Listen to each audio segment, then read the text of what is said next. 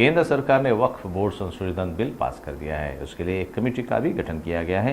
इसमें मुस्लिम अल्पसंख्यक समुदाय आक्रामक हो गया है। केंद्र सरकार के खिलाफ गुस्सा भी जाहिर किया जा रहा है।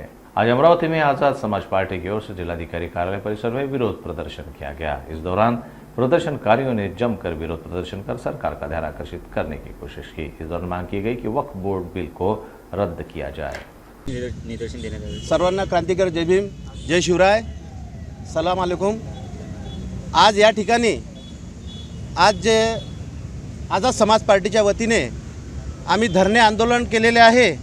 याचे कारण असे की 2024 जे वक्फ बोर्ड संशोधनमध्ये जे मोदी सरकारने संशोधन करण्याचे ठरविले आहे त्या विरोधात सर्वप्रथम संसदेमध्ये भाई चंद्रशेखर आझाद यांनी आवाज उठवलेला आहे। कारण की हे मोदी सरकार एक संशोधन करून पाहते की एक उपक्रम करून पाहते की यामुळे आपण ह्या केले तर आज हिंदू धर्म व मुस्लिम धर्मामध्ये काय परिवर्तन होते।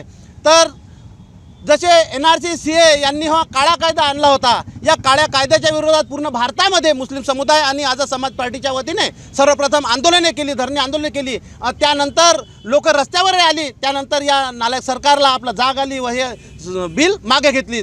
असे अनेक बिल त्यांनी एक संशोधन करून पाहते। तसंच हे जसे वक्फ बोर्ड आहे, या वक्फ बोर्डमध्ये जे संशोधन करण्याचं यांनी एक पवित्रा ठेवलेला आहे, त्या पवित्राच्या बद्दल आम्ही पूर्ण आझाद समाज पार्टी शहर कमिटी, जिल्हा कमिटीच्या वतीने व अमरावती शहरातील जिल्ह्यातील तमाम मुस्लिम बांधव या आमच्या आंदोलनाला सहकार्य केलेलं आहे।